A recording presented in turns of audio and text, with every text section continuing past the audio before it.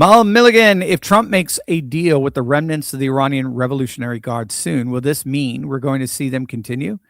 Is this partly 4D chess with the midterms around the corner? Because it seems that choking off the regime's oil money the way we are now is eventually going to put cracks in their iron fist domination over the unarmed people of Iran. Yeah, and it's a great question, Mel. And I think you're right. I do. I just think what Trump is going to do, what he's aiming at now, I think he's very satisfied at the ability. He's very satisfied with the outcome of really just about a 12-day war when all said and done.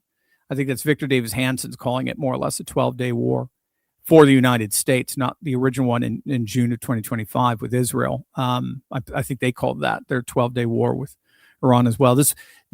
We basically annihilated their ability to project power within about 12 days, 2 weeks.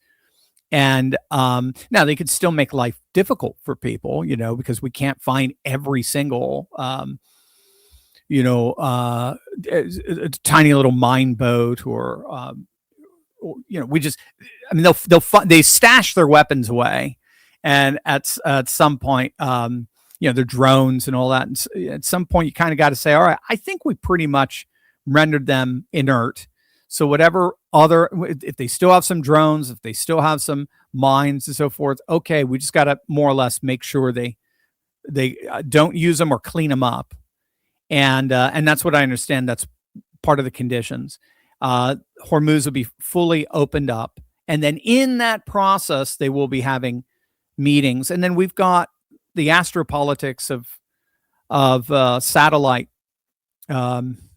surveillance. So we see exactly what they're doing in terms of their nefarious activities surrounding the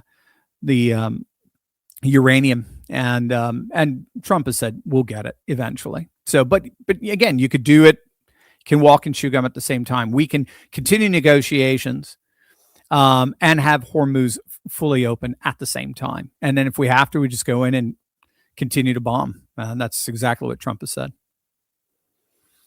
Mr. 111 Big Daddy, love your content, Dr. Steve. My question, do you think the biggest factor in the midterms is if Trump can get gas prices down at this point? I watched a video where Newt Gingrich mentioned it. Yeah, well, it's going to be yes.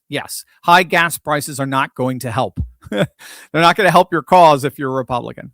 So yes, definitely. I think he's going to have to.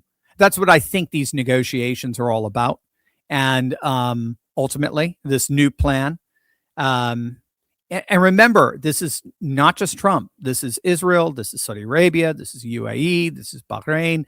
It's the entire Abraham Accords alliance, though that Saudi Arabia has yet to join. But Bahrain is part of it. UAE is part of it. But there is a civilizational alliance arising in the Middle East, and Trump is doing everything he can to try to assimilate Iran into that alliance, and thus break up not only the proxies in the region, Hezbollah, Hamas, and the Houthis, but also to box out China from having a disproportionate influence in the region, being Iran's chief financier.